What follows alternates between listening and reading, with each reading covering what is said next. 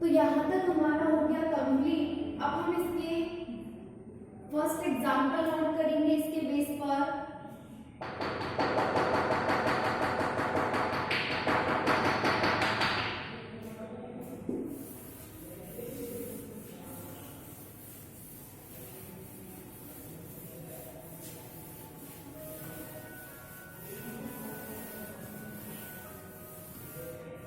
One minute.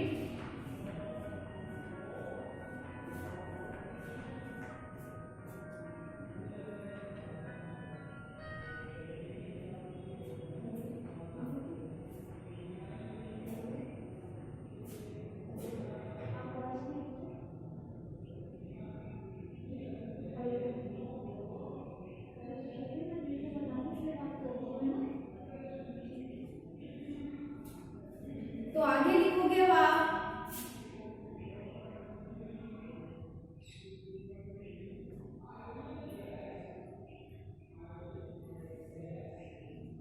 तो हम कौन से क्वेश्चन सॉल्व कर रहे हैं? x की पावर m वाले क्वेश्चन हम सॉल्व कर रहे हैं। मतलब जहां क्या है, x की पावर m हमें दिया हुआ है। तो हमने दो मेथड पढ़ लिए हैं। फर्स्ट मेथड था e की पावर वाला, सेकंड था साइन और कॉस का। तो इसमें लिखो first question D cube Y upon D X cube minus D two Y upon D X square minus 6 D Y upon D X equal to 1 plus का X square. इसका जो C F आएगा वो मैं नोट कर देती हूँ, आप सॉल्व कर लेना। c1 प्लस c2 e की power minus 2x c3 e की पावर 3x, इक्वेशन नंबर 1। इसके बाद pi, तो pi निकालेंगे। तो सबसे पहले हमें क्या करना होगा, ये इसको किस फॉर्म में चेंज करना होगा? कैपिटल डी फॉर्म में। मतलब d अपॉन डी एक्स किसके इक्वल होता है? कैपिटल डी के। मतलब D cube minus D minus का 6d और क्या है 1 प्लस का एक्स स्क्वायर। नेक्स्ट देखो टर्म्स 1 अपॉन, यहाँ से कॉमन पार्ट क्या है? d, तो d हमने ले लिया कॉमन, क्या बचा? d स्क्वायर माइनस का d माइनस का 6 1 प्लस एक्स स्क्वायर। अब हमने q ऑफ x को देखा, ना तो ये e की फॉर्म में है और ना ही ये साइन और कॉस की फॉर्म में है, ये किस फॉर्म में है? x की पावर में है। तो हमें क्या करना होगा, जो है जो हमारा इस इक्वेशन में कांस्टेंट है ना, उसे हमें क्या लेना होगा? कांस्टेंट लेना होगा। ठीक है, तो कांस्टेंट यहाँ पर हम बाहर लेंगे। और जो ये कांस्टेंट है ये किसमें है? ऋणात्मक है, तो ऋणात्मक नेगेटिवली हम कहाँ लेंगे? बाहर। तो देखो 1 अपॉन माइनस 6 मैंने बाहर ले लिया, d ऑलरेडी है, तो यहाँ क्या बचा? देखो माइनस 6 बाहर ले लिया, ये हो गया प्लस का 1, तो 1। फिर क्या बचेगा? माइनस लिया है तो माइनस में d स्क्वायर माइनस का d अपॉन 6। चलो एक बार यहाँ तक नोट करेंगे या नीचे आपको समझ में आएगा, मैं इसको ऊपर लिख देती हूँ। तो यहाँ से मैंने माइनस 6 कॉमन लिया है, तो माइनस 6 कॉमन लेने वाला टर्म्स हो गया plus 1 minus D square minus d upon 6 और 1 प्लस का एक्स स्क्वायर। 1 अपॉन माइनस का 6d, इस टर्म्स को मैं कहाँ लेके जाऊंगी? ऊपर। जैसे हमने फॉर्मूला सॉल्व किया था सेम उसी मेथड से करना है इसे। कितनी हो गई? माइनस का 1 पावर हो गई और क्या है 1 प्लस का X square minus 1 upon 6d, इसका होल स्क्वायर ओपन करो, सॉरी माइनस पावर ओपन करो तो क्या होगा? माइनस है मतलब जितने भी टर्म्स आएंगे वो किस में आएंगे? प्लस में। तो देखो 1 plus d square minus d upon 6 plus d square minus D का होल स्क्वायर अपॉन 6 का होल स्क्वायर 36। और ये टर्म्स कहाँ जाती जाएंगी? अनंत की ओर। और क्या बचे यहाँ पर? 1 प्लस का एक्स स्क्वायर।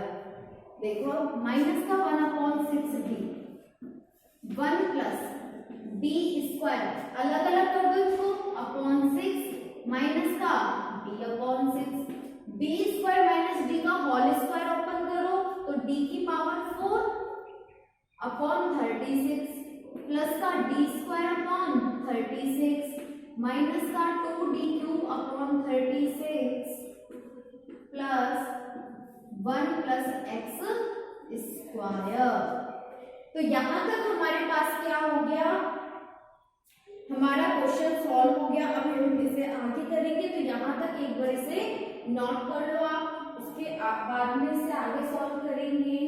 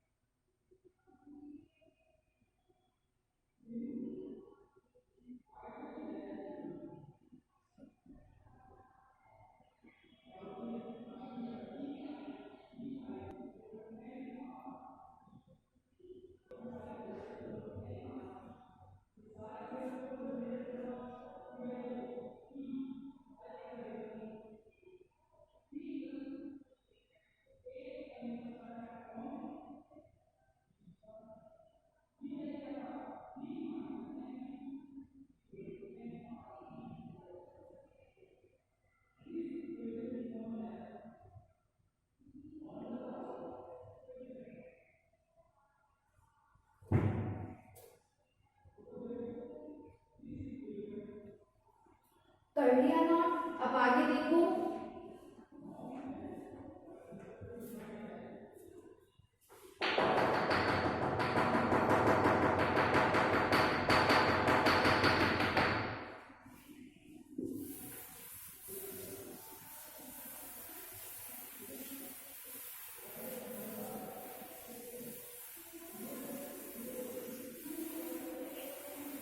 अब इस स्टेप को हमें सॉल्व करना है तो हम इस स्टेप को यहाँ नोट कर लेते हैं। -1 upon 6d 1 plus d square upon 6 minus d upon 6 plus d की power 4 upon 36 plus d square upon 36 minus 2d³ upon 36 और 1 प्लस का एक्स स्क्वायर। और इस टर्म्स को हम यहां से हटा देते हैं। अब देखो आगे, इसके बाद इस जो d है ना, इसका हम क्या करेंगे, अंदर मल्टीप्लाई करेंगे, गुणा करेंगे। तो हमारे पास जो नेक्स्ट टर्म्स आएगी वो होगी -1 upon 6 1 upon d plus d upon 6 minus 1 upon 6 d³ upon 36 plus का d अपॉन 36 माइनस का 2d स्क्वायर अपॉन 36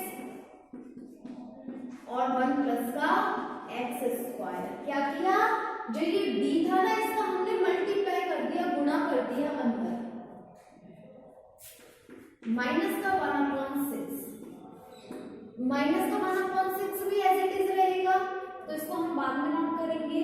अब जो टर्म्स आपकी सॉल्व हो सकती हैं उन टर्म्स को हम क्या करेंगे सॉल्व, जैसे कि d upon 6 d upon 36, after then 1 upon d रहेगा एज इट इज, ये 2d square as it is, d³ as it is. ठीक है, तो नेक्स्ट स्टेप में हम करेंगे इसे सॉल्व। तो देखो वो हमारे पास क्या हो जाएगा, सॉल्व करो इसे, 1 अपॉन d माइनस का 1 अपॉन 6, इस टर्म्स को और इस टर्म्स को हमने सॉल्व किया तो एलसीएम कितना आ गया 36, 6d प्लस का d कितना हो गया total 7d upon 36 minus 2d square upon 36 plus का d³ upon 36 and so on 1 plus का एक्स स्क्वायर। अब हम क्या करेंगे, इसको मल्टीप्लाई करेंगे हम, इसको 1 प्लस एक्स स्क्वायर को, देखो -1 अपॉन 6 एज इट इज है, 1 upon d 1 plus x square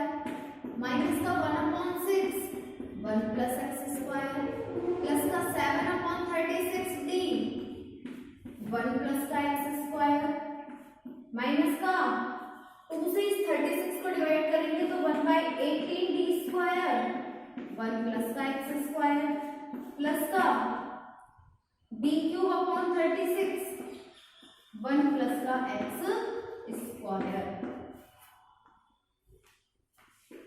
minus का 1/6 1/d का मतलब क्या होता है? समाकलन, मतलब इंटीग्रेशन। तो एक का इंटीग्रेशन क्या हो जाएगा? x और x² का क्या हो जाएगा? x³ 3। ये वाली टर्म्स एज इट इज रहेगी। माइनस 1/6 1 प्लस x², क्योंकि उसमें ना तो कहीं ऊपर d है ना नीचे d है, प्लस 7/36। d कहाँ है? ऊपर। इसमें d कहाँ था? नीचे। d ऊपर है, इसका मतलब हम क्या करेंगे? इसका क्या हो जाएगा? हमारा अवकलन, मतलब डिफरेंशिएशन। अगर ये d ऊपर है तो इसका मतलब होता है डिफरेंशिएशन, अवकलन। और ये d नीचे है तो इसका मतलब होता है इंटीग्रेशन, मतलब समाकलन। ओके, तो 7/36 इस d का मतलब क्या हो गया? ऊपर है अवकलन, तो अवकलन 1 का क्या होता है? 0 और x² का क्या होता है? 2x माइनस का 1/8 कितना है? d², मतलब और d कहाँ है? ऊपर, मतलब इसका कितनी बार अवकलन होगा? 2 बार। क्यों? क्योंकि जो d है वो कितनी बार है? 2 बार है। तो एक बार करेंगे हम, पहली बार किया हमने तो क्या आएगा? 1 का 0 और x² का 2x। और दूसरी बार अवकलन करेंगे तो 0 का 0 2x का कितना रह गया? 2 × 2 प्लस d³ कहाँ है? ऊपर है। ऊपर का मतलब अवकलन, डिफरेंशिएशन कितनी बार करना है? 3 बार। तो देखो d³ 1 प्लस x²। तो पहले हमने कितनी बार किया? एक बार किया। एक बार हमने किया तो कितना आ जाएगा? 0 प्लस का 2x। फिर हमने एक बार और किया तो 0 प्लस का 2। फिर एक बार और अवकलन किया तो 0 का 0 2 का भी कितना आ जाएगा? 0। मतलब जो नेक्स्ट टर्म्स होगी वो कितनी आएगी? 0। अब इसको सॉल्व कर लो। तो यहां से सॉल्व करके हमारे पास जो टर्म्स आएगी वो होगी माइनस का 25/108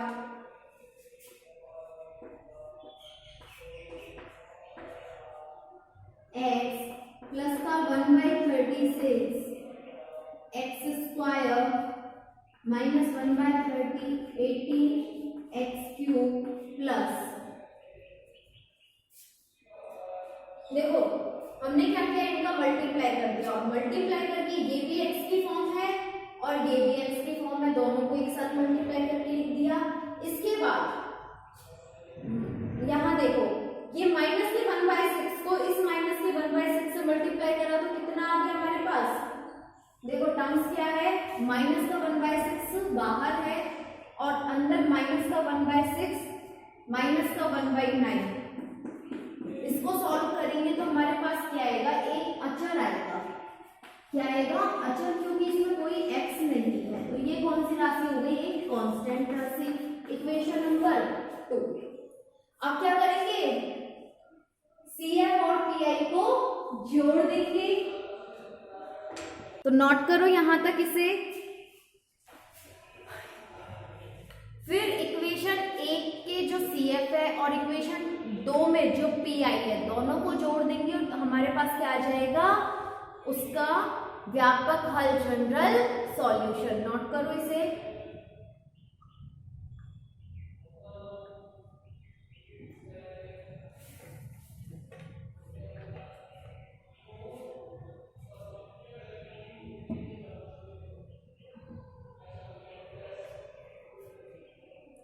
तो इस तरह से आपको सॉल्व करने हैं इसके एग्जांपल्स, जिनमें क्या है? x की पावर m है। तो ये मेथड नंबर 3 है आपका।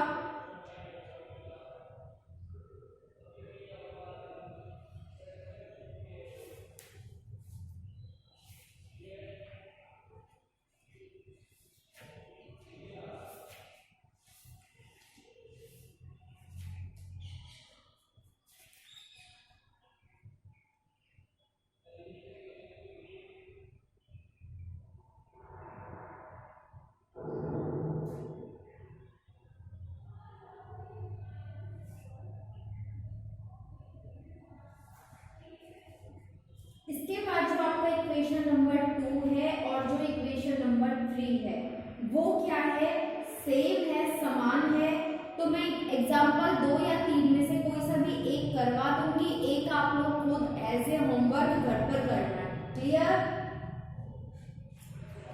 तो इसके 4 एग्जाम्पल हैं, 2 मैं करवा दूंगी, 2 आप लोग कर लेना, क्योंकि सारे जो एग्जाम्पल्स हैं वो सेम है, कोई डिफरेंस नहीं है इनमें।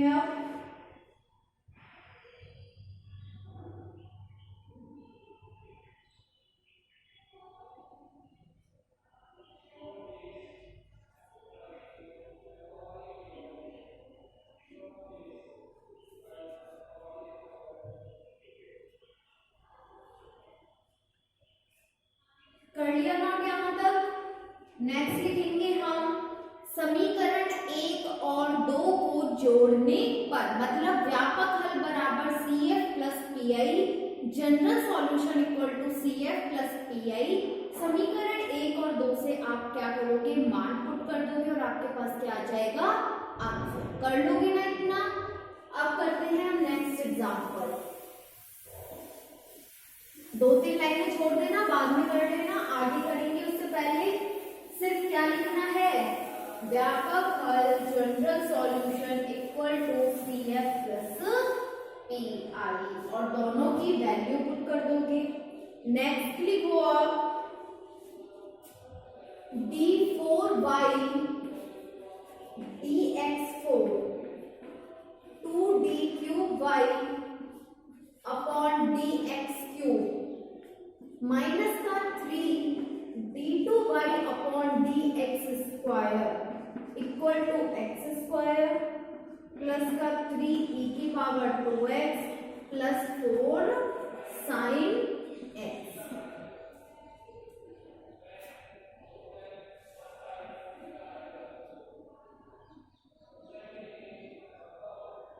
ओके, तो यहां से हमारे पास क्या निकालेंगे, हम CF निकालेंगे। तो इसका CF मैं आपको कैलकुलेट करवा देती हूँ। तो फर्स्ट ऑफ ऑल सबसे पहले हम क्या करते हैं, d अपॉन dx को किसमें चेंज करते हैं, कैपिटल D में। तो d⁻4y प्लस का 2d3y माइनस का 3d² equal to x² 3e⁻²x plus 4 sin x। यहां से क्या कॉमन है, y कॉमन है, तो हम y को कॉमन लेंगे। d4 2d3 minus 3d² y equal to x² 3e⁻²x plus 4 sin। इसके बाद हम इसका निकालेंगे CF, और CF के लिए हमें क्या लिखनी पड़ेगी, सहायक समीकरण, ऑक्सिलरी इक्वेशन, ऑक्सिलरी इक्वेशन। और ऑक्सिलरी इक्वेशन के लिए हमें क्या करना होता है, जो D है उसे हम M में कन्वर्ट कर देंगे। तो m⁴ plus 2m³ minus 3m² equal to 0। Common क्या है, m², तो m² प्लस 2m माइनस का 3 इक्वल टू 0। तो m² और इसके फैक्टर करेंगे तो m-1 और m प्लस का 3, m² minus m 3m plus 2m and minus 3 equal to 0। Okay, इसके बाद हम क्या करेंगे, m² equal to 0, m-1 equal to 0 और m प्लस 3 इक्वल टू 0। तो m की कितनी वैल्यू 0 है, 2, मतलब m के जो 2 मान है वो क्या है, 0, और m का दूसरा मान है 0। m का तीसरा मान कितना हो गया, 1, और m का चौथा मान क्या हो गया, माइनस का 3। तो 2 मान कितने हैं, समान है, तो इसका जो CF होगा वो क्या होगा, C1 प्लस C2x।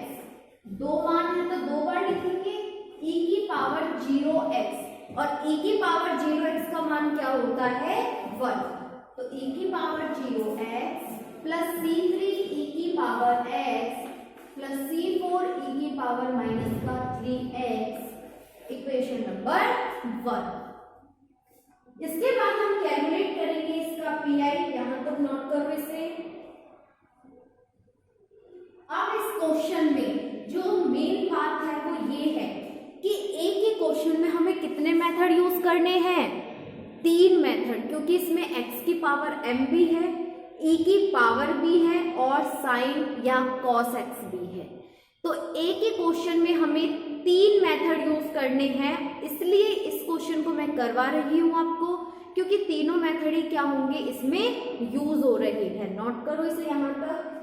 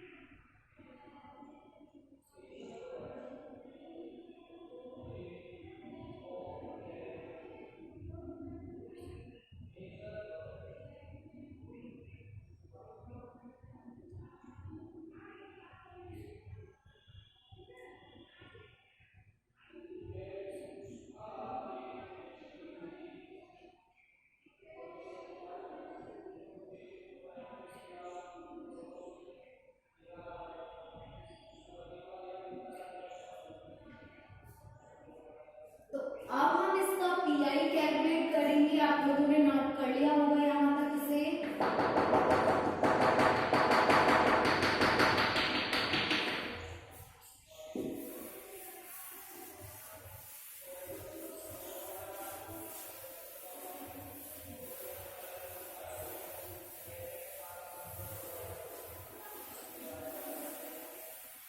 लिखो पीआई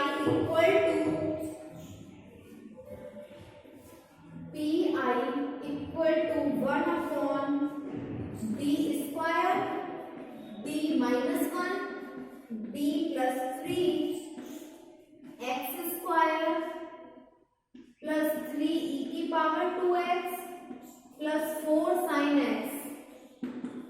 इसे क्या करना है, हमें सॉल्व करना है।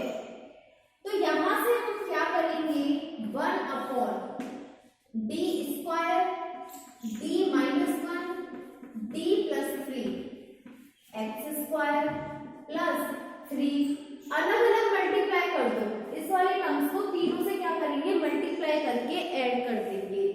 तो 3 1 upon D minus 1 D plus 3 E की power 2x plus 4 1 upon D square D minus 1 d plus 3 sine x। अब हमारे पास यहाँ 3 क्वेश्चन हो गए, मतलब 3 मेथड हो गए, x की पावर m, e की पावर ax, साइन या cos x। तो देखो x की पावर m के लिए मैंने आपको सॉल्व करना बता दिया था, तो इस वाले टर्म्स को मैं लास्ट में सॉल्व करेंगे।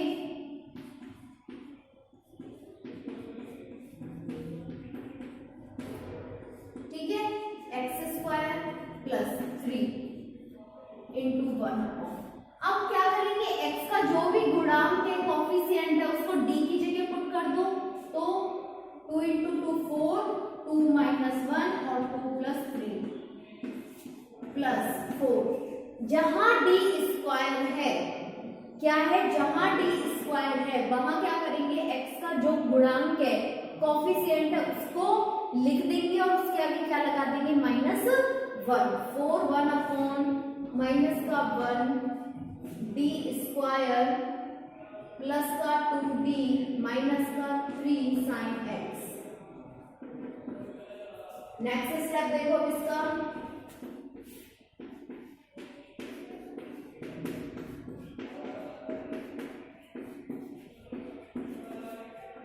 प्लस 2 माइनस 1 1, 1 इंटू 4 4, 3 प्लस 2 5, तो कितने हो गए 20, मतलब 3 अपॉन 20 प्लस यहाँ ये माइनस चला जाएगा, कितना हो गया 4। अगेन जहां d स्क्वायर है वहां क्या पुट करेंगे, x के गुणांक का स्क्वायर और आगे क्या लगा देंगे, माइनस का 1। तो माइनस 1 प्लस 2d माइनस का 3 साइन x। तो एक टर्म्स हमारे पास सॉल्व हो गई है।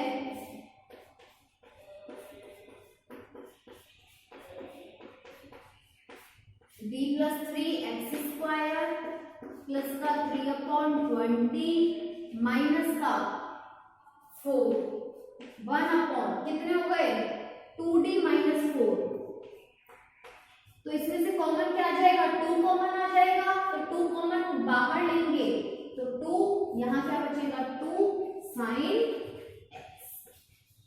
यहां तक नोट करो इसे, फिर आगे सॉल्व करेंगे।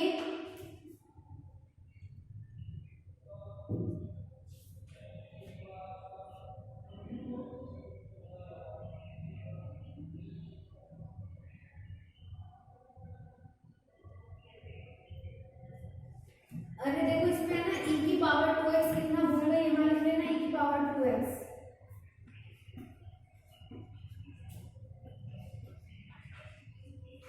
ओके करो, अब यहाँ तक नोट करो इसे।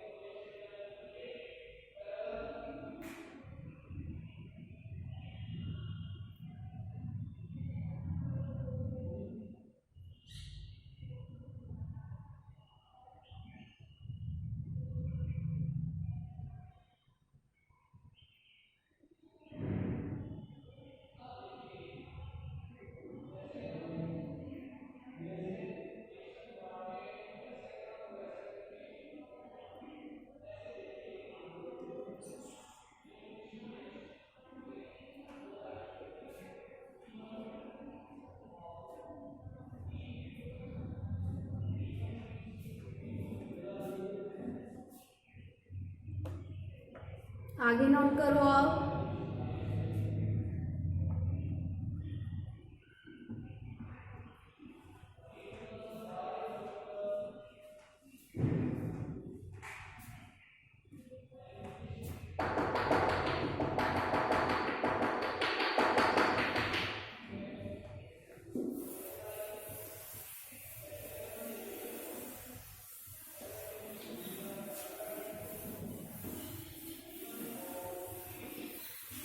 देखो इस वाले टर्म्स को सॉल्व करेंगे तो इसको ऊपर लिख लेते हैं 1/d²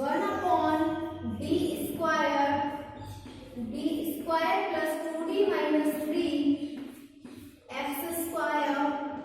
प्लस 3/20 e⁻²x माइनस का 2 sin x। इस टर्म्स को हमें क्या करना है, सॉल्व करना है। तो इस टर्म्स को हम सॉल्व करने के लिए क्या करेंगे, देखो यहां इस क्वेश्चन को सॉल्व करने के लिए हमारे पास क्या होना चाहिए, d²। और d² कब होगा, जब हम इसका रैशनलाइजेशन मतलब परमेयीकरण करेंगे। तो इस स्टेप का हम परमेयीकरण करते हैं, plus 2d minus 3x² 3/20 e⁻²x minus 2। तो हमने क्या करा, d प्लस 2 से ऊपर और नीचे मल्टीप्लाई कर दिया sin x। तो देखो अब हम इसके लिए भी सॉल्व करते हैं, आगे वाले स्टेप को भी सॉल्व करते हैं।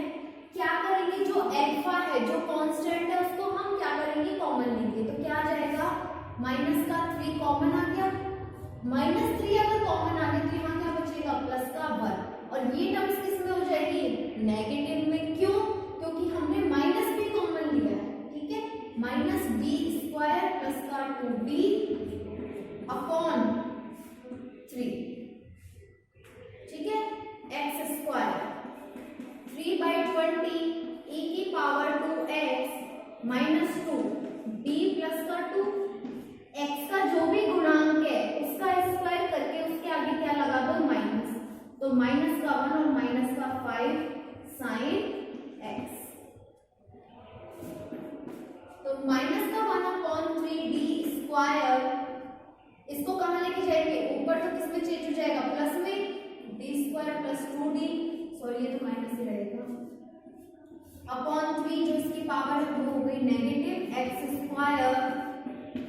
3/20 e⁻²x माइनस का 2, कितने हो गए, -6। तो माइनस माइनस हो गया प्लस, और 2 से 6 गए तो कितने बचेंगे, 1/3। d ऊपर है, इसका मतलब क्या होता है, इसका अवकलन डिफरेंशिएशन। तो sin x का डिफरेंशिएशन cos x प्लस का 1/3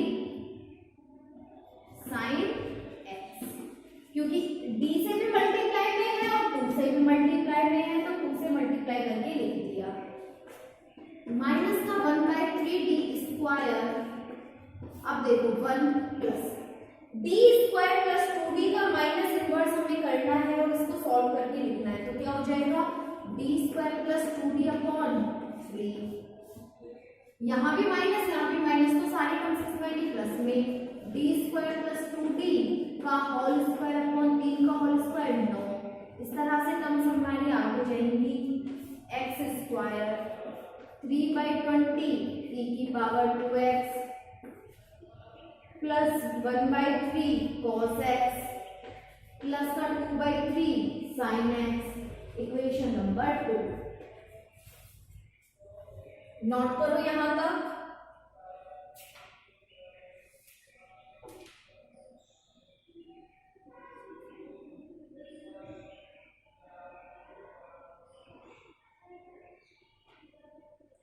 सॉरी यहाँ फिर से गलती हो गई, 4 का 4 ही रहेगा, ठीक है।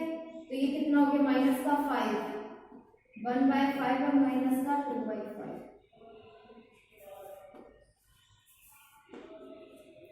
नोट करो।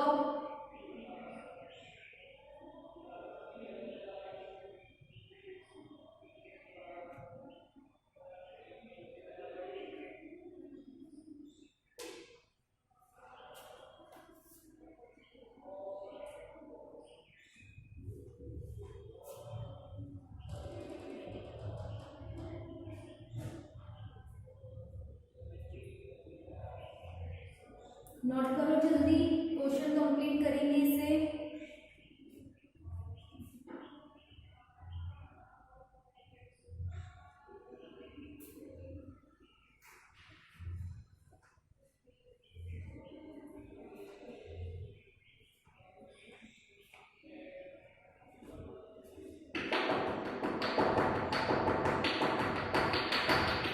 देखो अब आगे,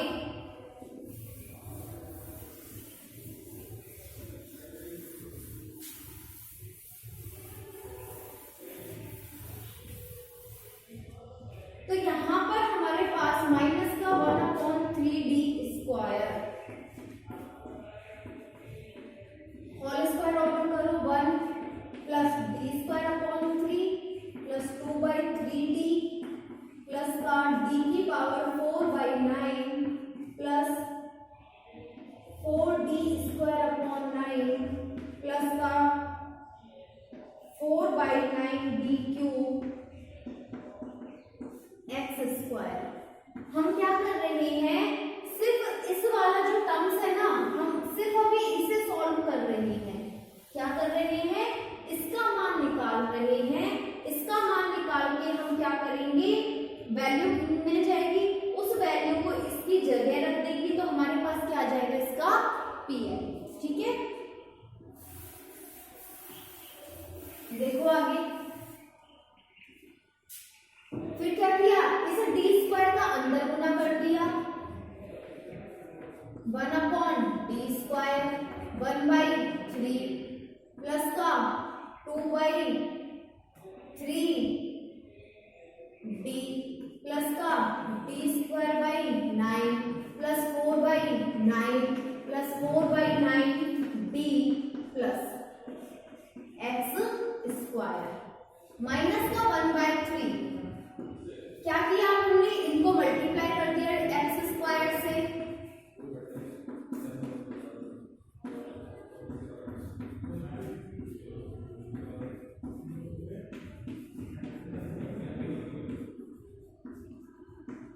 plus 4/9x² plus 4/9d(x²). Okay, minus का 1/3। नीचे d है और कितनी बार है, 2 बार है। इसका मतलब क्या होता है कि हमें इसका क्या करना है, समाकलन करना है, 2 बार इंटीग्रेशन करना है। तो ये आप लोग कर ही लोगे इसका इंटीग्रेशन। तो इसका जो आंसर है वो है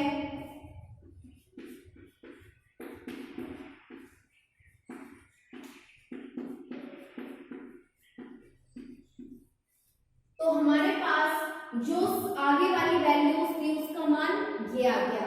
क्या करेंगे, इस मान को समीकरण 2 में रखने पर, समीकरण 2 में रखने पर जिस स्टेप को हमने सॉल्व किया है उसकी जगह ये वैल्यू पुट कर दो तो हमारे पास क्या आ जाएगा, इसका आंसर। ठीक है, तो यहां हमने क्या करा, इन वैल्यूज को यहां पर पुट किया है